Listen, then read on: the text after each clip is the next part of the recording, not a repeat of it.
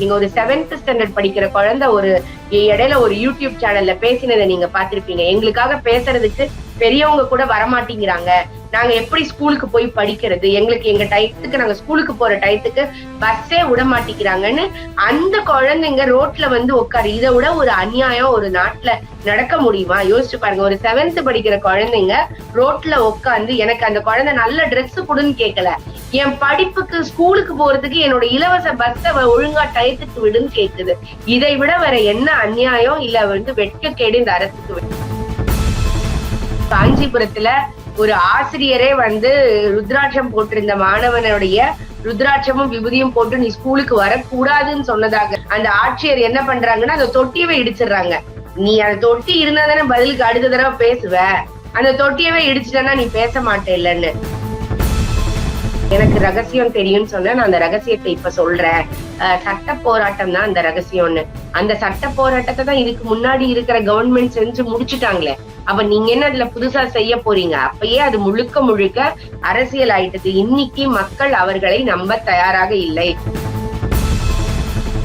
நீங்க நீட்டை விலை கொடுத்து வாங்க முடியாது, மருத்துவ சீட்டை விலை கொடுத்து வாங்க முடியாது. படிக்கணும், மார்க் எடுக்கணும், அதை செஞ்சா மட்டும்தான் உனக்கு கிடைக்கும். இன்னைக்கு கையில காசு இருந்தா மட்டும் இல்ல, நீங்க முதலமைச்சரோ இல்ல வந்து எம்பியோட குழந்தையா இருந்தாலும் நீட்ல பாஸ் ஆகல அப்படின்னா உனக்கு சீட்டு கிடையாது. ஏன் இந்த மாதிரி காஸ்ட் பேஸ்டு இஷ்யூக்கள் பிரைவேட் ஸ்கூல்ல வர்றதில்ல, கவர்மெண்ட் ஸ்கூல்ல வருது அப்படின்னா இதுக்கு முழுக்க முழுக்க இதனுடைய பின்னணியில அரசியல் இருக்கு அப்படிங்கறத நம்ம உணரணும். இது ஆசிரியர்கள் ஜாதி பாக்குறாங்களான்னு தெரியாது, ஆனால் ஆசிரியர்கள் முழுக்க முழுக்க கட்சி பாக்குறாங்க. இதுல எந்த மாறுபட்ட கருத்தும் எனக்கு கிடையாது. 11th 12th மட்டும் 1450 டீச்சர்ஸ் வந்து அங்க டெபிஷியன்சியா இருக்காங்க. எல்லாத்துக்கும் நீ பார்ட் டைமை போட்டுக்கோன்னு அப்படிதான் ஓடிக்கிட்டு இருக்கு. இன்னி வரைக்கும் ரெக்ரூட்மெண்டே ஓடல.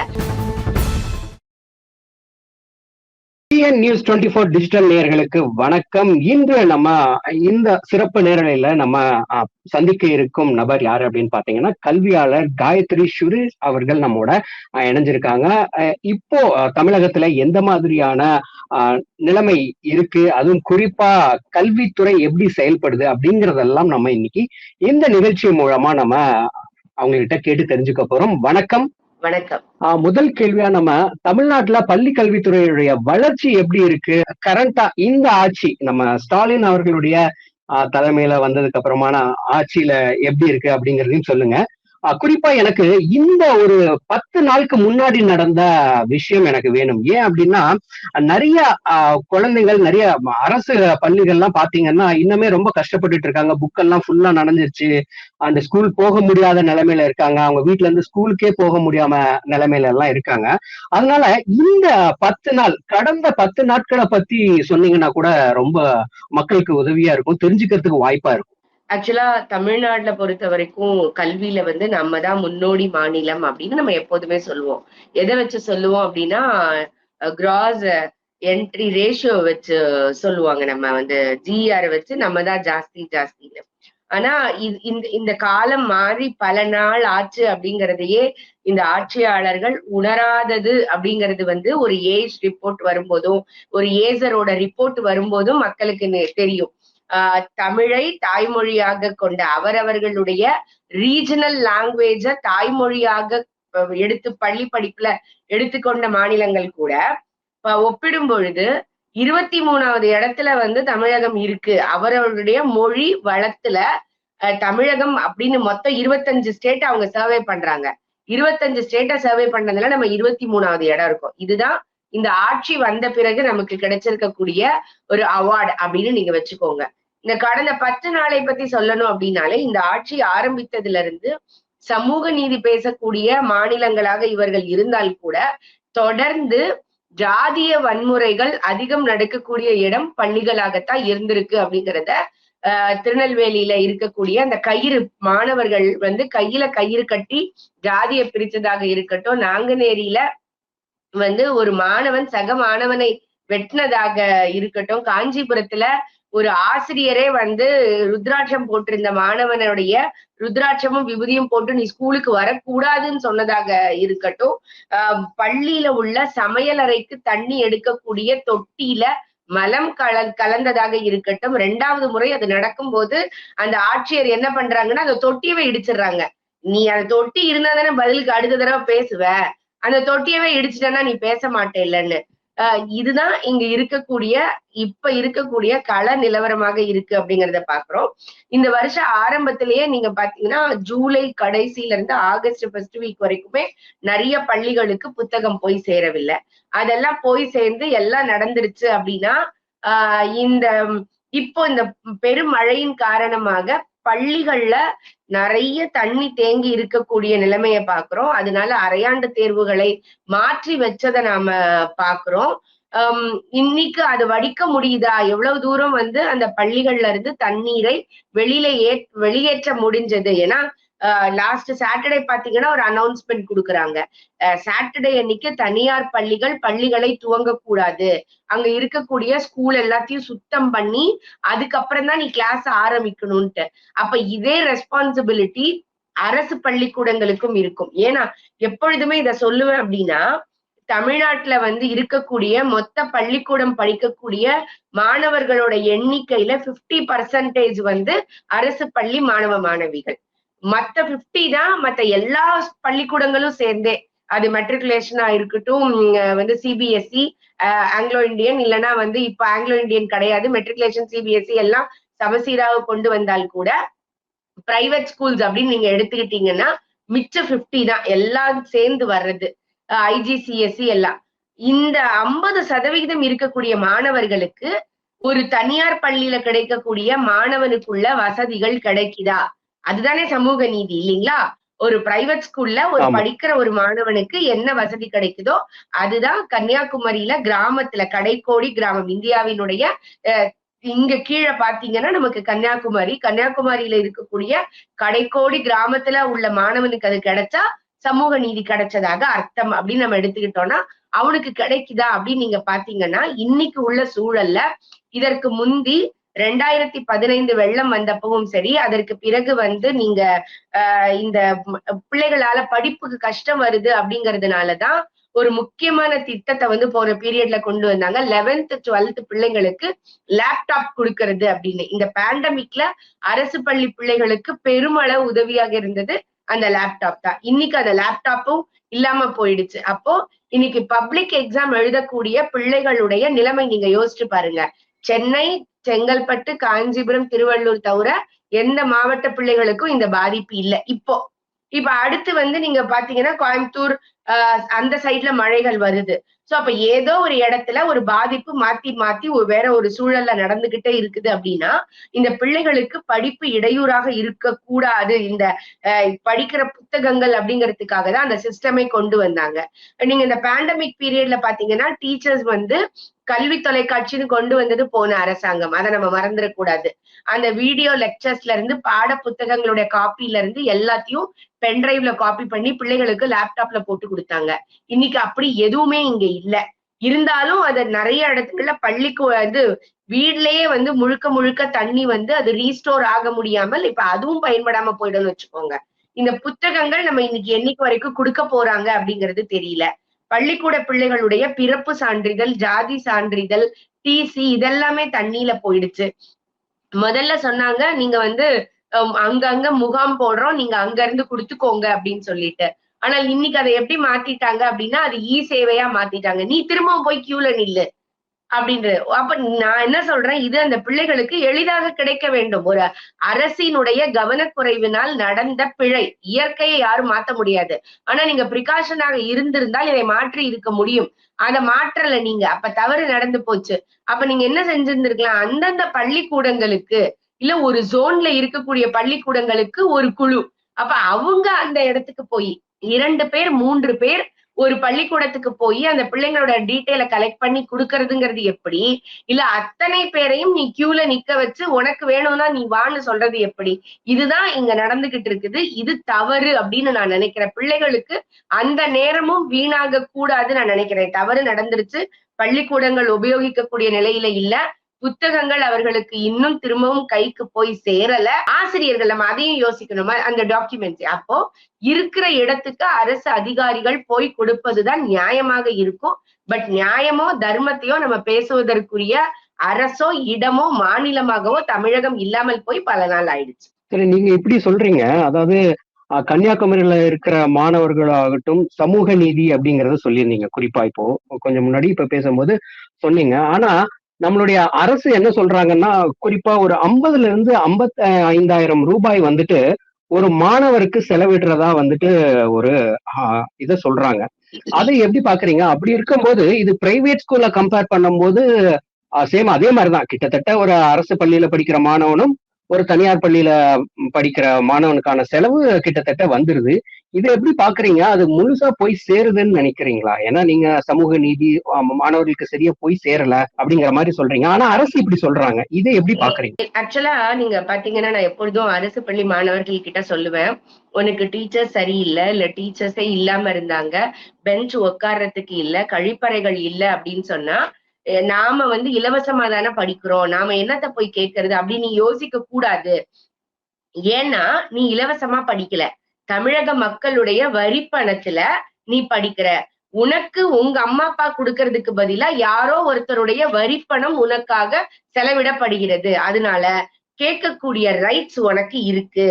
உனக்கு பள்ளிக்கூடம் சரியில்லை, ஆசிரியர் சரியில்லை, கழிப்பறை சரியில்லை, வகுப்பு இல்ல, புத்தகம் வரலன்னா நீ கேட்கணும்.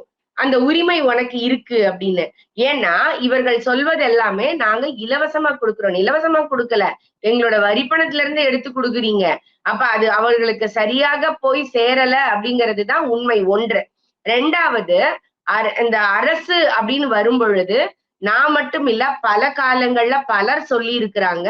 100 ரூபாய் அரசு ஊழியத்துக்குன்னு நம்ம எடுத்து வச்சா அதுல 97% குறைஞ்சபட்சம் 80ன்னு நீங்க வச்சுக்கோங்க. ஊழியர்களுடைய சம்பளம், அவர்களுடைய அந்த மற்ற எக்ஸெட்ராஸ் பெனிஃபிட்ஸுக்காக செலவு பண்றாங்க. அந்த 20 தான் அந்த அதற்காக உள்ளதுக்கு போகுது அப்படின்னு சொல்லிட்டு.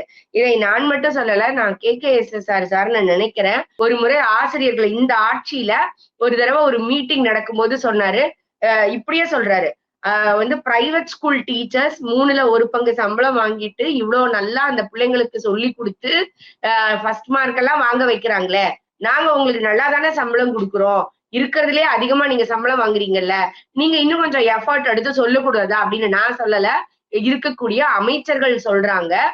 இப்ப ரீசெண்டா கூட இன்னும் நீங்க கவனமாக பிள்ளைகளுக்கு சொல்லி கொடுங்க அப்படிங்கிறத இப்ப இருக்கக்கூடிய கல்வித்துறை அமைச்சரும் வலியுறுத்துறாரு. அப்ப இதற்குதான் அந்த பணம் பெருவாரியாக செலவாகுது அப்படிங்கிறதும் எனக்கு வந்து எக்ஸாக்டா தெரியல. இருக்கலாம் அப்படிங்கிறதுதான் என்னுடைய கருத்து. ஆனால் மாணவர்களுக்கு அதை கேட்கக்கூடிய உரிமை இருக்கு.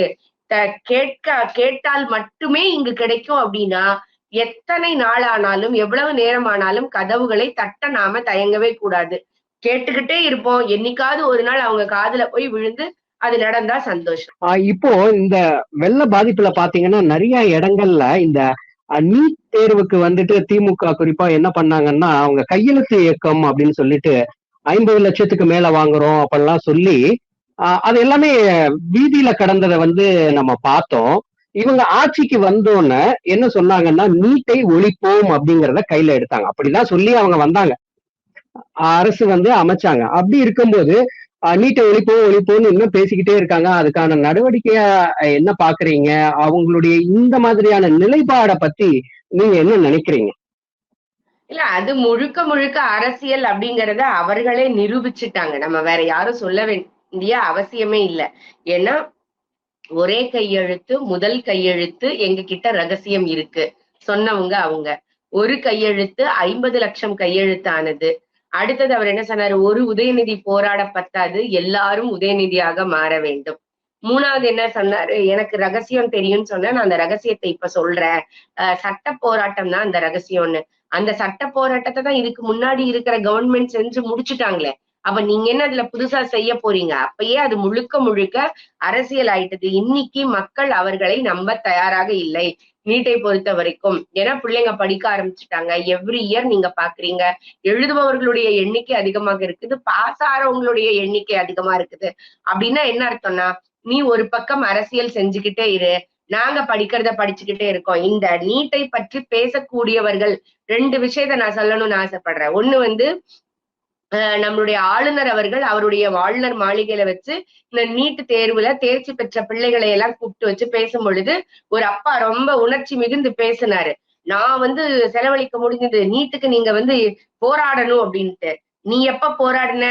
உன் புள்ளைக்கு நல்ல நீட்டு தேர்வுல வெற்றி பெற வச்சு நல்ல அதிக மதிப்பெண்கள் எடுக்க வச்சு அரசு மருத்துவக் கல்லூரியில இடத்த வாங்கி கொடுத்துட்டு வெளில வந்து பேசுறீங்க. உண்மையிலேயே நீங்க வந்து நீட்டை ஒழிக்கணும்னு நினைச்சிருந்தா என்ன செஞ்சிருக்கணும்? தமிழ்நாட்டுல உள்ள யாரையும் நாங்க நீட் தேர்வு எழுத விட மாட்டோம். இங்க உள்ள அப்படி உங்களால சொல்ல முடியுமா? ஏன்னா அது சட்டப்படி தவறு. அப்போ என் பிள்ளைய நான் படிக்க வைப்பேன். ரோட்ல உள்ள மத்த பிள்ளைங்களை எல்லாம் போராடுறதுக்கு ரோட்டுக்கு வான்னு சொல்லுவேன். இதுதான் இங்க இருக்கக்கூடிய விஷயமாக இருக்குது. தயாநிதி அவர்கள் பேசும்போது சொல்றாரு, எங்க தாத்தா வந்து சீட்டு வாங்கி குடுத்தாரு. எங்க மாமா சீட்டு வாங்கி குடுத்தாரு. நான் சீட்டை வாங்கி குடுத்தேன். ஆனா என் பொண்ணு கேக்குறா, நீங்க எல்லாருக்கும் சீட்டை வாங்கி குடுத்தீங்களே, எனக்கு வாங்கி கொடுக்க முடியலையேன்னு. அதுதான் இந்த நீட்டினுடைய வெற்றி. நீங்க நீட்டை விலை கொடுத்து வாங்க முடியாது. மருத்துவ சீட்டை விலை கொடுத்து வாங்க முடியாது. படிக்கணும், மார்க் எடுக்கணும். அதை செஞ்சா மட்டும்தான் உனக்கு கிடைக்கும். இதுதான் சமூக நீதி. இவர்கள் பேசுகிற சமூக நீதியினுடைய 100% வெளிப்பாடு. ஏன்னா இதற்கு ப்ரூஃப் என்னன்னா, இன்னைக்கு மால் பிராக்டிஸ் பண்ணி பிடிபடுறவங்க யாருன்னு பாருங்க. ஒரு குடியானவனோட பிள்ளையா, இல்ல பிசினஸ் மேன், இல்ல ஆல்ரெடி டாக்டரா இருந்து கிளினிக் வச்சு ஹாஸ்பிட்டல் வச்சு நான் டாக்டர் ஆன என் பிள்ளையும் டாக்டர் ஆகணும், நான் பிசினஸ் மேன், என்னோட ஸ்டேட்டஸ் இது, அதுக்காக நான் படிக்க வைப்பேன். என் பிள்ளைக்கு எழுதுறதுக்கு திறமை இல்ல, அப்ப கொஸ்டின் பேப்பரை நான் அவுட் பண்றேன், இல்ல ஆள் மாறாட்டம் பண்றேன், இல்ல கரெக்ஷனை சரி பண்றேன்னு நினைக்கிறது. அப்ப இது யாருன்னு தெரிஞ்சாலே இந்த நீட்டினுடைய வலிமை என்னன்னு எல்லாருக்கும் புரிஞ்சிருக்கும். ஏன்னா இன்னைக்கு கையில காசு இருந்தா மட்டும் இல்ல, நீங்க முதலமைச்சரோ இல்ல வந்து எம்பியோட குழந்தையா இருந்தாலும் நீட்ல பாஸ் ஆகல அப்படின்னா உனக்கு சீட்டு கிடையாது. இதுதான் சமூக நீதி. இவர்கள் சொல்கிற சமூக நீதி இதுதான். அதனால நீட் இவங்க போடுறது எல்லாமே அரசியல் வேஷம். சரி, இப்போ அந்த 50 லட்சம் கையெழுத்து அப்படின்னு சொன்னாங்க இல்லையா? ஆனா எனக்கு ஒரு சந்தேகம், அது நீங்க ஒரு கல்வியாளரா இந்த சந்தேகத்தை தீர்த்து வைக்கணும்னு நான் கேட்டுக்கிறேன். என்ன எனக்கு இருக்கிற சந்தேகம்னா, திமுகல பாத்தீங்கன்னா அவங்களுடைய கட்சியிலேயே 1 கோடிக்கு மேல தொண்டர்கள் இருக்கிறதா சொல்றாங்க ஒண்ணு. அதுக்கப்புறம் கூட்டணி கட்சிகள் அத்தனை கூட்டணி கட்சிகள் இருக்காங்க, அதுலயும் எப்படியும் நிறைய பேர் இருப்பாங்க. அப்படி இருக்கும்போது இவங்க இந்த 50 லட்சம் நபர்களை மட்டும் அப்படின்னு சொல்றது ரொம்ப கம்மியா அவங்களுக்கே தெரியலையா? இந்த நிலைப்பாடு எப்படி இருக்கு? நீங்க எப்படி பாக்குறீங்க அதை? கொஞ்சம் எனக்கு டவுட், ரொம்ப நாள் டவுட். சரி, இது உங்கள்கிட்ட வந்து கேட்டா கரெக்டா இருக்குமே. இதுதான் அவர்கள் நடத்துகிற நாடகம். அப்படி அந்த நாடகம்னு நம்ம சொன்னதுடைய காரணம் இதுதான். 2வது இது வந்து உயர்கல்வித்துறை அமைச்சர் வந்து ஒரு இடத்துல பிரஸ் மீட்ல பேசுறாரு. இந்த நீட்டுக்கு எதிராக கையெழுத்து அரசு பள்ளி, அரசு கல்லூரி பிள்ளைகள்கிட்ட நாங்க வாங்குறோம். நீங்க பார்த்திருப்பீங்க. இத அனௌன்ஸ் பண்ண உடனே அங்க இருக்கக்கூடிய பள்ளிக்கூடங்களுக்கு உள்ளார எம்எல்ஏயும் அந்த வட்ட சதுர செயலாளர்கள்லாம் உள்ளுக்குள்ளார போய் கேட்டதையும் நாம பாக்குறோம். ஒரு இடத்துல நம்ம ரீசெண்டா அந்த ஆடியோ எல்லாம் கூட வந்தது. ஒரு டியூஓ ஒரு ஹெச்எம் எல்லாம் பேசி யார கேட்டு, நீங்க ஒரு பேரண்ட் கேக்குறாரு, யார கேட்டு நீங்க இந்த பிள்ளைகள் எல்லாம் வேன் வச்சு கையெழுத்து போடுற இடத்துக்கு அனுப்புனீங்க அப்படின்ட்டு. ஏன்னா அரசு பள்ளி, அரசு கல்லூரிகள்ல உள்ள மாணவர்கள் மாணவிகளிடம் கட்டாயமா கையெழுத்து வாங்குறது. இன்னொன்னு வந்து அவர் சொல்லும்போது சொல்றாரு, நாங்க பிரைவேட் ஸ்கூல் காலேஜஸ்க்கு வலியுறுத்தி இருக்கிறோம், சைன் போட சொல்லி வலியுறுத்தி இருக்கிறோம்னு. இவங்களோட வலியுறுத்துறோம் அப்படிங்கறதுடைய மீனிங் என்ன? ரீட் இன் பிட்வீன் லைன்ஸ் எல்லாருக்குமே தெரியும். அப்போ அவர்களுக்கே தெரியுது இப்படிதான் அதை வாங்க முடியும் அப்படின்னு சொல்லிட்டு எல்லாருக்குமே தெரியுது. இது வாங்கினது மட்டும் இல்லைங்க, இது வாங்கினதோட பிரயோஜனம் என்னன்னு நீங்க சொல்லுங்க. இதை கொண்டு போய் யார்கிட்ட கொடுக்க போறீங்க? குடியரசுத் தலைவர்கிட்ட தானே கொடுக்க போறீங்க. இதுக்கு முன்னாடி எத்தனை தடவை கொடுத்தீங்க? ஏதாவது நடந்துச்சா? அதுதான். அப்ப இததான் நம்ம சொல்றோம். தொடர்ந்து நீங்க ஏதோ ஒரு வகையில இருக்கிற பிரச்சனைகளை டைவர்ட் பண்றதுக்கும், இல்ல நாங்களும் ஏதோ ஒண்ணு செய்யறோம்னு மக்கள் கிட்ட ப்ரூவ் பண்ணணும்னு நினைச்சுக்கிட்டும் சொல்லணும். ஆனா நான் இது எப்போதும் சொல்வேன், ரீட வந்து ரொம்ப நாள் ஆச்சு தம்பி, இனிமே நீங்க நினைக்கிறதெல்லாம் இங்க சொல்ல முடியாது அப்படின்னு மக்கள் புரிஞ்சுக்கிட்டாங்க. அவ்வளவுதான். சரி, நீங்க முன்னாடி நம்ம நேரலையில பேசும்போதே சொல்லியிருந்தீங்க என்னன்னா, ஒரு அரசு பள்ளியில படிக்கிற மாணவர்கள் வந்துட்டு ஏதாச்சும் வசதி குறைபாடா இருந்துச்சுன்னா கேட்கணும். அது மக்கள் கொடுக்கிற வரிப்பணத்தால உங்களுக்கு வந்துட்டு செய்யப்படுற வசதிகள் எல்லாமே. அதனால நீங்க இலவசமா படிக்கிறதா நினைச்சுக்க கூடாதுன்னு நீங்க சொல்லியிருக்கீங்க. ஆனா இன்னமும் பாத்தீங்கன்னா என்ன பண்றாங்கன்னா, பல பள்ளிகள்ல, பல மாவட்டங்கள்ல, அரசு பள்ளிகள்ல அங்க படிக்கிற மாணவர்களை கழிவறைய சுத்தப்படுத்துறதாகட்டும், இல்ல வேற எந்த மாதிரியான ஆக்டிவிட்டியா இருந்தாலும் ஸ்கூல்ல பண்ணணும் அப்படின்னா அந்த மாணவர்களே பண்றாங்க. இது வந்துட்டு பிரைவேட் ஸ்கூல்ல அப்படி நம்ம பார்க்க முடியாது. அந்த மாணவர்கள் வந்துட்டு அப்படிலாம் பண்ண மாட்டாங்க. ஆனா அரசு பள்ளியில மட்டும் இது தொடர்ந்து நடந்துட்டே இருக்கு. கழிப்பறைய சுத்தம் பண்ண சொல்றதாகட்டும், இல்ல அத கேட்கலன்னா வேற ஏதாச்சும் ஜாதி பேரை சொல்லி பேசுறதாகட்டும். கோவையில சமீபத்துல ஒரு சம்பவம் நடந்தது இல்லையா? ஒரு மாணவிய வந்துட்டு மாட்டுக்கறி சாப்பிடுவியா அப்படின்னு கேட்டெல்லாம் ஒரு இஷ்யூ. இந்த மாதிரி இங்க அரசு பள்ளியில மட்டும்தான் நடக்குது. இது ஏன் நடக்குது? இதை தடுக்கிறதுக்கு என்ன மாதிரியான நடவடிக்கை தேவைப்படுது? ஆக்சுவலா இந்த இந்த இஷ்யூஸ் ஏன் நடக்குது அப்படின்னா, இங்க இருக்கக்கூடிய டீச்சர்ஸுமே வந்து கொஞ்சம் ஜாதி பாகுபாடோட இருக்கிறாங்க. அங்க இருக்கக்கூடிய பெரும்பான்மை சமூகத்தோடு ஒட்டி இருக்கிற மாதிரி இருக்குது. அது எந்த ஜாதியாக வேணா இருக்கு. அப்ப அந்த மனப்பான்மை அவங்களுக்குள்ளார இருக்கிறதாக நம்ம இந்த நாங்குநேரி இஷ்யூ வந்தப்போ அத விசாரிக்க போனவங்க சொன்னாங்க. ஆனால் எனக்கு அதுல ஒரு பெரிய நம்பிக்கை எல்லாம் இல்ல. ஆசிரியர்கள் அந்த அளவுக்கு இன்னும் மோசமா போல அப்படிங்கறதுல எனக்கு ஒரு திடமான எண்ணம் இருக்கு. ஆனால் குழுவாகவே மாணவர்கள் இருக்கும்போது அப்படியே அவங்க இருக்காங்க. அது வந்து பிரைவேட் ஸ்கூல்ல இல்ல.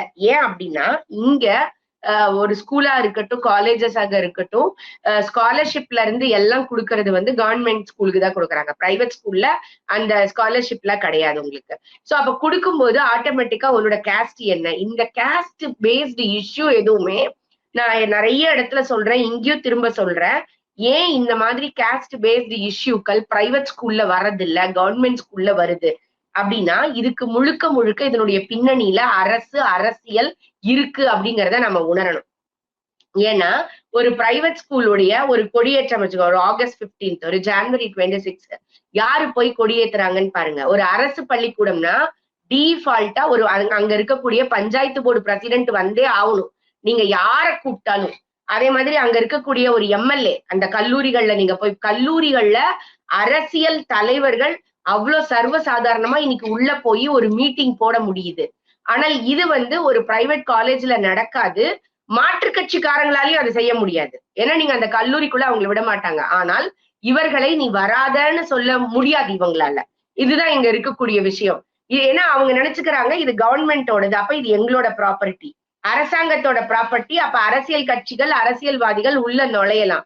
அப்படி உள்ள நுழையும் போது அந்த இடத்துல நீங்க ஏதாவது ஒரு பிரச்சனை இன்னைக்கு பாருங்க, இப்போ ஒரு இங்க நடந்த ஒரு பிரச்சனைகள் இருக்குல்ல, இங்க நடக்கக்கூடிய பிரச்சனைகளுக்கு பாரதிதாசன் யூனிவர்சிட்டியை சார்ந்த ஒரு கல்லூரியில நீங்க சனாதன எதிர்ப்பு கரெக்ட் ஞாபகம் வந்துருச்சு எனக்கு. சனாதனத்தை எதிர்த்து நீங்க அங்க நடக்கிற கூட்டத்துல போய் பேசணும்னு ஒரு காலேஜ் பிரின்சிபல் அந்த காலேஜ் ஸ்டூடெண்ட்ஸுக்கு சர்க்குலர் கொடுக்குறாருன்னா எந்த அளவிற்கு அரசியல் ஊறி போயிருக்குன்னு பாருங்க. நீ போய் பேசு, உனக்கு தோன்றத பேசுன்னு சொன்னது எப்படி, ஆனால் நீ இதை எதிர்த்து பேச வேண்டும்னு சொல்றது எப்படி இருக்குதுன்னு நீங்க யோசிச்சு பாருங்க. அதே மாதிரி இந்த சனாதனத்தை எதிர்க்கிறோம்னு சொல்லிட்டு இந்த திமுக உடைய இளைஞர் அணியோ இல்ல மாணவர்கள் அணின்னு நினைக்கிறேன் எந்த காலேஜ்ல இருந்து வெளியில வந்து போராடினாங்கன்னு பாருங்க. ஏன்னா அரசு கல்லூரிகள்ல இருந்து தான் வருவாங்க. அரசு இவங்களுடைய லா காலேஜ்ல இருந்து தான் வருவாங்க. இப்படி இந்த அரசு கல்லூரிகளும் பள்ளிகளும் அரசியல் உள்ள நிறைய புகறதுக்கு வாய்ப்பு இருக்கு. ஆனால் பிரைவேட்ல அந்த வாய்ப்புகள் அவங்களுக்கு கிடையாது. ஏன்னா பேரண்ட்ஸ் அலோவ் பண்ணவே மாட்டாங்க. நீங்க என்ன இப்படி பண்றீங்க, நாங்க காசு கொடுத்து படிக்க வைக்கிறோம், எங்களுக்கு எஜுகேஷன் தான் முக்கியம் அப்படிங்கறத வலியுறுத்திக்கிட்டே இருப்பாங்க. ஆனால் இங்க அந்த ஆசிரியர்களும் நமக்கு தெரியும் பெரும்பான்மை இங்க இருக்கக்கூடிய ஜாக்டோ ஜியோ என்ன பண்ணாங்கன்னு தெரியும். போன எலெக்ஷன்ல டிஎம்கேக்காக ஓட்டு கேட்டு ரோட்ல இறங்குனாங்க. அவங்க கிட்ட எப்படி நீங்க வந்து நடுநிலைமையை எதிர்பார்க்க முடியும் சொல்லுங்க பாப்போம்.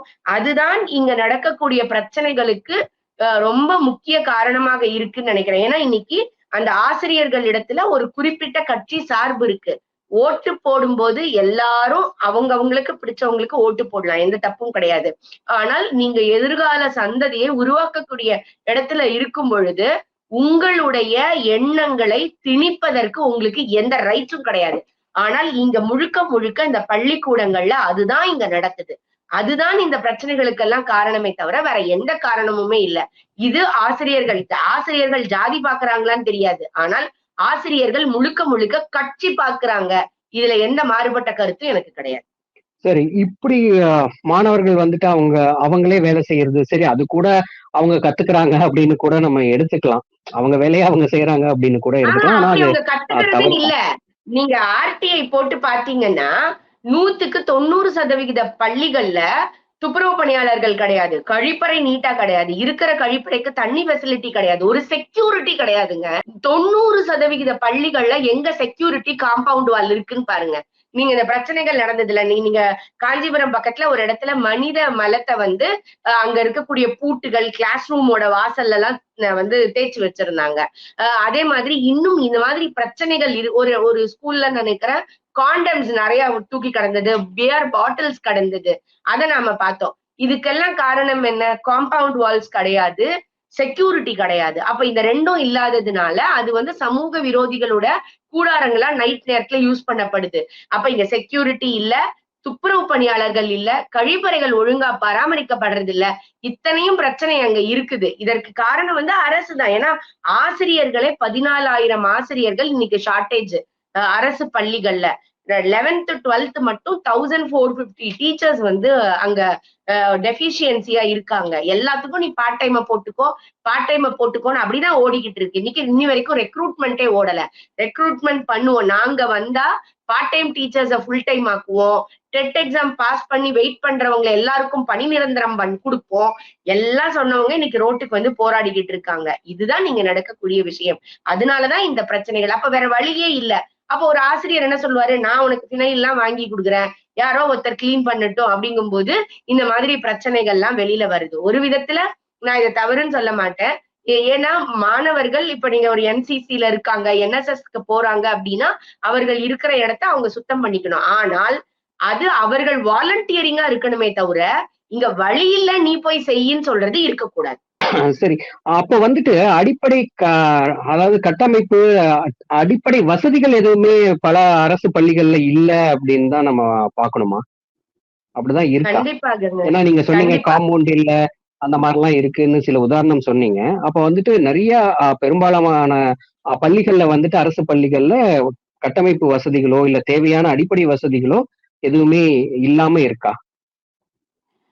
கண்டிப்பாக. 21ல வந்து இவங்க பதவியேற்ற கொஞ்ச நாள்ல திருநெல்வேலியில வந்து ஒரு காம்பவுண்ட் வால் சரிஞ்சு விழுகுது. சரிஞ்சு விழும்பொழுது கல்வித்துறை அமைச்சர் சொல்றாரு, பள்ளிக் கல்வித்துறை அமைச்சர் சொல்றாரு, தமிழ்நாட்டுல இருக்கக்கூடிய பள்ளிகள் எல்லாம் அவங்களுடைய ஸ்டெபிலிட்டி குடுக்கணும். இது வந்து பிரைவேட் ஸ்கூல்ல குடுப்பாங்க. கவர்ன்மெண்ட் ஸ்கூல்ல இதுவரைக்கும் குடுத்ததே கிடையாது. அப்படி பார்க்கும் பொழுது 50% அதிகமாக உள்ள ஸ்கூல்ஸ்ல வந்து அந்த ஸ்டெபிலிட்டி வந்து ரொம்ப ஸ்திரத்தன்மை குறைவாக இருக்குன்னு சொல்லியிருக்காங்க. நீங்க என்ன மாற்று ஏற்பாடு செஞ்சுட்டாங்கன்னு அரசு சொல்லட்டும், நம்ம அக்செப்ட் பண்ணிக்கலாம். அதே போல இந்த ஸ்கூல்ஸ் எல்லாம் ரெனோவேட் பண்றதுக்காக நம்ம ஸ்கூல் அப்படின்னு ஒரு திட்டம் கொண்டு வந்தாங்க. நம்ம ஸ்கூல் திட்டத்துக்கு நீங்க பணமா குடுக்கணும். அவங்க அத வந்து அவங்களுடைய ஆளுங்கள வச்சு நிறைவேற்றுவாங்க. இது நெறைய பேருக்கு உடன்பாடு கிடையாது. ஏன்னா, நான் என்னோட பள்ளிக்கூடத்துக்கு என்ன செய்யணும்னு நினைக்கிறேனோ அத தான் நான் செய்வேன். நீங்க செய்யறதுக்கு நான் காசு குடுக்க மாட்டேன். அப்படி செஞ்சிருந்தா நீங்க தான் செய்யணும். அதுதான் இன்னைக்கு நீங்க என்னுடைய காரைக்குடியில இன்ஜினியரிங் காலேஜ் இருக்கு. அந்த இன்ஜினியரிங் காலேஜ்ல அழகப்ப செட்டியார் இன்ஜினியரிங் காலேஜ்ல அலுமினை ஸ்டூடெண்ட்ஸ் எல்லாரும் சேர்ந்து அந்த ஹாஸ்டல் வந்து இத்தனை வருஷமாக அப்படியே இருக்குது. அவங்க படிக்கும்போது நான் சொல்றது ஒரு 25 வருஷத்துக்கு முன்னாடி வச்சுக்கோங்க. 25 வருஷத்துக்கு முன்னாடி அந்த ஹாஸ்டல் எப்படி இருந்ததோ, இன்னைக்கும் அதே மாதிரி இருக்கு அப்படின்னு அந்த பசங்க அலுமினை மீட்டுக்கு போயிட்டு, நாங்க இத வந்து ரெனோவேட் பண்ணி குடுக்குறோம் அப்படின்னு சொன்னா, இல்லங்க அதெல்லாம் நீங்க செய்ய முடியாது. நீங்க வந்து ஒரு புதுசா ஒரு பில்டிங் கட்டி தரேன்னு சொல்லுங்க. அதுக்கு இந்த பணம்னு நீங்க சொல்லுங்க. பணத்த குடுங்க. நாங்க செய்கிறோம். அதே காலேஜ்ல வந்து சிவில் டிபார்ட்மெண்ட் அலுமினை இருக்காங்கல்ல. நீங்க அவங்க கிட்டயாவது அத குடுக்கணும்ல. அததான் நம்ம சொல்றோம். நான் என்ன செய்யணும்னு நினைக்கிறதோ நான் அத செய்ய முடியறதில்ல. எனக்கு இது வேணும். இன்னைக்கு பசங்க எல்லாம் பிளேஸ்மெண்ட் பில்டிங் கேட்கறாங்க. பிளேஸ்மெண்ட் பில்டிங்க்கு தான் நீ செய்ய முடியும். அப்ப நான் நினைக்கிறத நான் செய்ய முடியும். இப்ப நான் ஹாஸ்டல்ல இருந்தேன். இன்னைக்கு வரைக்கும் அந்த பிள்ளைங்க அதே மாரி ஹாஸ்டல்ல இருக்காங்களே, அத சரி பண்ணி குடுக்கணும்னு நெனச்சா, என்னால அத செய்ய முடியல. அப்ப நான் சொல்லுவேன், நான் அத குடுக்கலப்பா. நான் அதுக்கு பதிலா என்ன பண்றேன், அந்த காலேஜ்ல உள்ள ஹாஸ்டல்ல உள்ள பிள்ளைங்க வெளியில ஸ்டே பண்ணாங்கன்னா, ஒரு 5 பிள்ளைங்களுக்கு நான் தனியா வந்து பே பண்ணி, அந்த பிள்ளைங்கள நீ ஸ்டே பண்ணிக்கோன்னு சொல்றேன்னு நான் டெசிஷன் எடுக்கலாம்ல. இதுதான் இங்க நடக்குது. இங்க இந்த நம்ம ஸ்கூல் திட்டம் அட்டர் ஃபெயிலியர். அதுக்கு இதுதான் காரணம். நாம நினைக்கிறத நம்மளால செய்ய முடிய மாட்டேங்குது. அதனால இன்னும் அது வந்து சரி பண்ணப்படாமல் இருக்குது. தமிழகத்துல 50, 60% மேலாக உள்ள பள்ளிகள்ல காம்பவுண்ட் வால், எண்ணிக்கைக்கு சரியாக இருக்கக்கூடிய கிளாஸ் ரூம்ஸ், அதற்கு தேவையான பெஞ்சஸ் இது எல்லாமே பற்றாக்குறை தான். இப்போ அடுத்ததா காலை உணவு திட்டம் அப்படிங்கிற ஒரு விஷயம் வந்துட்டு நம்ம பார்க்க முடியுது. அதாவது இந்த ஸ்டாலின் தலைமையிலான அரசு தமிழகத்துல என்ன சொல்றாங்கன்னா, அதாவது மத்திய அரசாங்கம் வந்துட்டு ஏதாச்சும் ஒண்ணு தனியாருக்கு விட்டோம் அப்படின்னா தனியார் மயமாக்குறதுக்கு எதிர்ப்பு அப்படின்னு இவங்க குரல் கொடுக்குறாங்க இங்க இருந்து. ஆனா இந்த காலை உணவு திட்டம் அப்படிங்கிற ஒரு விஷயத்த இப்ப இவங்க பண்ண முடியாம தனியார்கிட்ட வந்துட்டு கொடுத்திருக்காங்க. இது ஏன் கொடுத்தாங்க? இப்படி இங்க அதாவது நம்ம ஆளும் மாநிலத்துல ஒரு நியாயம், அதே வேற மாநில அரச பார்த்து கேட்கறது அப்படின்னா வேற ஒரு நிலைப்பாடா? இந்த இதை எப்படி நீங்க பாக்குறீங்க? ஏன் இந்த மாதிரியான ஒரு முரண்பாடு அவங்களுக்குள்ளேயே அவங்களுடைய நிலைப்பாட்டுக்குள்ளேயே இருக்கு? இந்த காலை உணவு திட்டம் என்னமோ வந்து உலகத்துல முதல் முறையாக தமிழ்நாடுல இவர் துவக்கி வச்சதா பேசிக்கிறாங்க. ஆனால் உங்களுக்கு நல்ல ஞாபகம் இருக்கும்னு நினைக்கிறேன். பேண்டமிக் பீரியட் ஆரம்பிக்கிறதுக்கு போது இதற்கு முந்தி இருந்த அரசு ஒரு பிரைவேட் வெண்டாஸ் கிட்ட கொடுத்து இதை நடத்தினாங்க. இஸ்கான் நான் நினைக்கிறேன், எனக்கு கரெக்டா ஞாபகம் இல்ல. அவங்க வந்து இந்த பூண்டும் வெங்காயமும் இல்லாத ஒரு உணவாக, ஆனா நல்ல ஹெல்தி ஃபுட் கொடுத்தாங்க. ஆனால் நீங்க வந்து என் தட்டுல என்ன இருக்கணும்னு நான் தான் டிசைட் பண்ணுவேன். நீ என்னத்த வந்து பூண்டு இல்லாம போடுறது, வெங்காயம் இல்லாம போடுறது அப்படின்னு சொல்லிட்டு 5 லட்சம் பேருக்கு அட் அ டயத்துல உணவு தயாரிக்கக்கூடிய இயந்திரங்களை எல்லாம் வாங்கி ரொம்ப வந்து ஃப்ரீயா கொடுக்கக்கூடிய அளவிற்கு தயாராக இருந்தப்போ, இது வந்து அவர்களுக்கு கிரெடிட் போயிடும் அப்படிங்கிற ரீசனுக்காக இன்னி வரைக்கும் அதை திறக்காம இருக்காங்க. அதை பயன்படுத்த முடியாம வச்சிருக்கிறாங்க. அப்ப நீங்க நீங்க என்ன செஞ்சிருந்திருக்கலாம்? நான் அதுதான் சொல்லுவேன். இந்த அம்மா உணவகங்கள்ல வந்து நீ கருணாநிதி உணவகம் கூட மாத்திக்கோ. ஆனால் அது பல பேருக்கு வந்து பசிக்கு ரொம்ப உதவிகரமாக இருந்தது. இன்னைக்கு அது ஸ்கெலிட்டனா இருக்கு. நீ வந்து அத வந்து இஸ்கான் ஃபுட்ன்னு சொல்லாத. அத கருணாநிதி ஃபுட்ன்னு சொல்லு. எனக்கு அத பத்தி பிரச்சனை இல்ல. பிள்ளைகளுக்கு நல்ல உணவு, சரிவிகித உணவு, சரியான நேரத்துல கிடைச்சா நல்லது அப்படின்னு.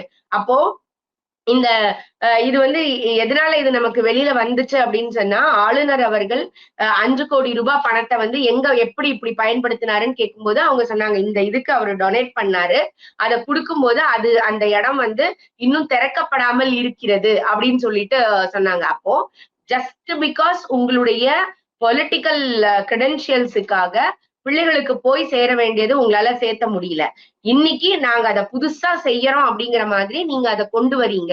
அதனாலதான் இந்த பிரச்சனைகள் நடக்குது. 2வது, நீங்க அரசுக்கு அப்படின்னு வரும் பொழுது இப்ப இந்த சத்துணவு ஆயாமெல்லாம் இருக்காங்க. அவங்களுக்கே நீங்க கூட கொஞ்சம் கொடுத்துட்டு இந்த ஒர்க்கை செய்ய சொன்னீங்க அப்படின்னா பள்ளிக்கூட வளாகத்திலேயே உங்களுடைய நேர்பார்வையிலேயே இது நடக்கும். அப்ப அதுக்கு நீங்க தயாராக இல்ல. அப்போ நான் செஞ்சா கரெக்ட். அத வந்து நான் மாமியார் உடைச்சா மண் குடம், மருமக உடைச்சா பொன் குடம். அதுதான் இங்க நடக்கிற விஷயம். முந்தின ஆட்சி செஞ்சா, மத்திய அரசு செஞ்சா அது தப்பு. ஆனால் நாங்க செஞ்சா நியாயத்துக்காக செய்வோம். அதுதான் இங்க நடக்கக்கூடிய விஷயமாக இருக்குது. ஏன்னா இன்னைக்கு வந்து ஒரு பிரைவேட் ஸ்கூல்ல ஒரு வேன் ஃபெசிலிட்டி இருக்கு. அரசு பள்ளிக்கூட பிள்ளைகளுக்கு கவர்மெண்ட் பஸ் தான் இருக்கு. நீங்க ஒரு 7th ஸ்டாண்டர்ட் படிக்கிற குழந்தை ஒரு இடையில ஒரு யூடியூப் சேனல்ல பேசினதை நீங்க பார்த்திருப்பீங்க. எங்களுக்காக பேசுறதுக்கு பெரியவங்க கூட வரமாட்டேங்கிறாங்க. நாங்க எப்படி ஸ்கூலுக்கு போய் படிக்கிறது? எங்களுக்கு எங்க டயத்துக்கு நாங்க ஸ்கூலுக்கு போற டயத்துக்கு பஸ்ஸே விட மாட்டேங்கிறாங்கன்னு அந்த குழந்தைங்க ரோட்ல வந்து உட்காரு. இதை விட ஒரு அநியாயம் ஒரு நாட்டுல நடக்க முடியுமா? யோசிச்சு பாருங்க. ஒரு 7th படிக்கிற குழந்தைங்க ரோட்ல உட்காந்து எனக்கு அந்த குழந்தை நல்ல ட்ரெஸ் கொடுன்னு கேட்கல. என் படிப்புக்கு ஸ்கூலுக்கு போறதுக்கு என்னோட இலவச பஸ்ஸை ஒழுங்கா டயத்துக்கு விடுன்னு கேக்குது. இதை விட வேற என்ன அநியாயம் இல்ல வந்து வெட்கக்கேடு இந்த அரசுக்கு. போன அரசு எடப்பாடியார் இருந்த போது பாத்தீங்க அப்படின்னா இந்த லேப்டாப் மடிக்கணினி அப்படிங்கிற ஒரு விஷயம் வந்துட்டு மாணவர்களுக்கு ஸ்கூல் ஸ்டூடெண்ட்ஸ் அண்ட் காலேஜ் ஸ்டூடெண்ட்ஸ்க்கு வந்துட்டு கொடுத்துட்டு இருந்தாங்க. அத இந்த திமுக அரசு வந்ததுக்கு அப்புறம் என்ன சொன்னாங்கன்னா டேபா கொடுக்குறோம் அப்படிங்கிற மாதிரி சொல்லியிருந்தாங்க இல்லையா? ஆனா அது எதுவுமே கொடுக்காம அந்த லேப்டாப் இது வந்துட்டு அப்படியே ஸ்டாப் பண்ணி வச்சிருக்காங்க. இவங்க கொடுக்குறேன்னு சொன்ன இந்த டேபையும் வந்துட்டு இன்னும் கொடுக்கல.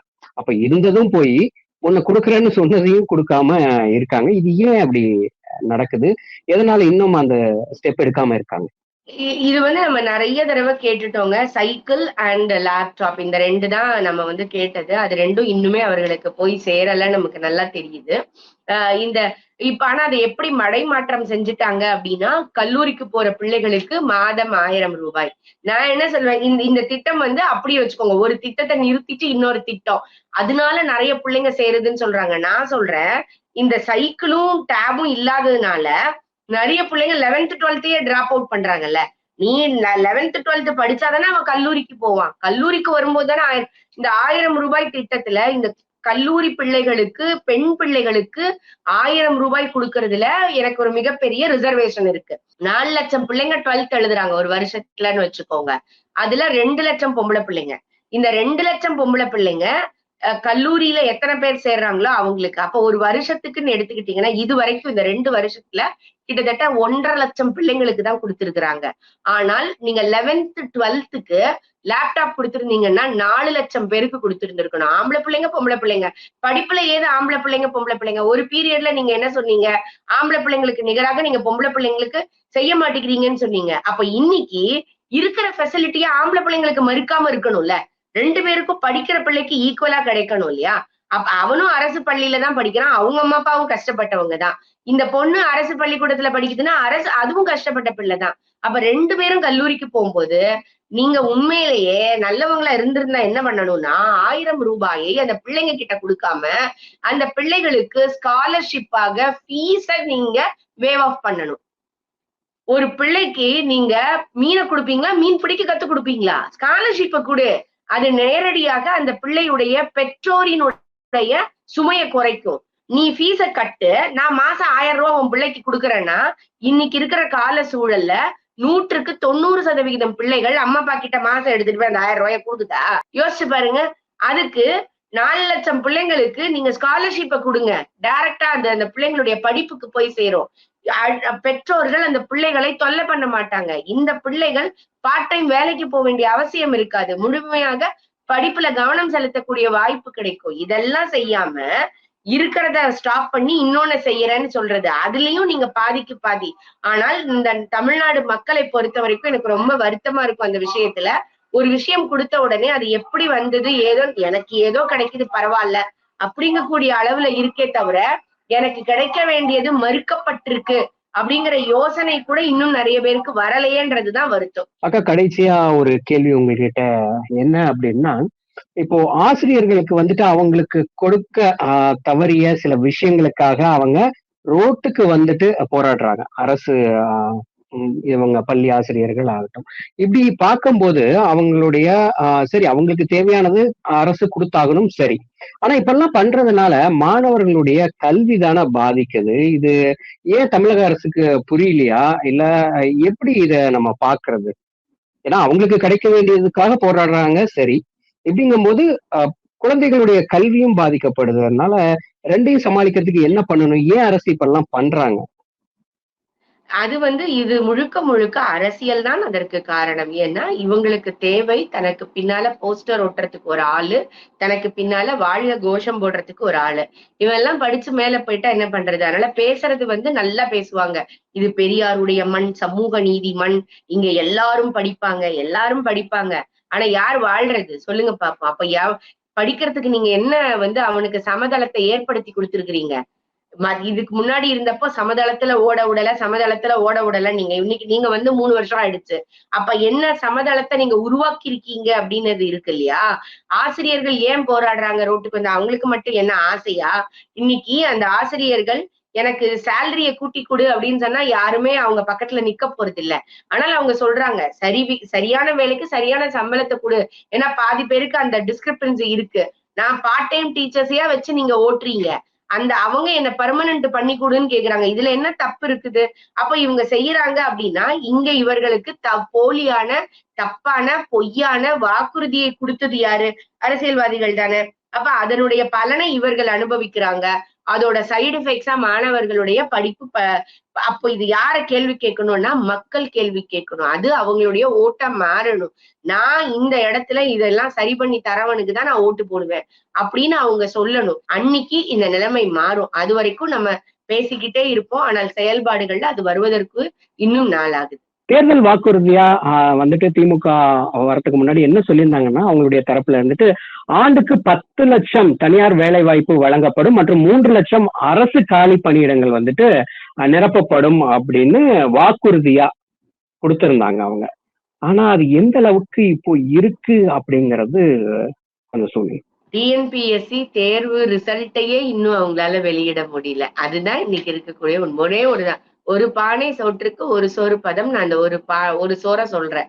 டிஎன்பிஎஸ்சி தேர்வு நடத்தி 6-7 மாதம் ஆன பின்னும் இன்னும் அந்த ரிசல்ட் அவங்களால கொடுக்க முடியல. இதுதான் இன்னைக்கு இருக்கக்கூடிய நிலை.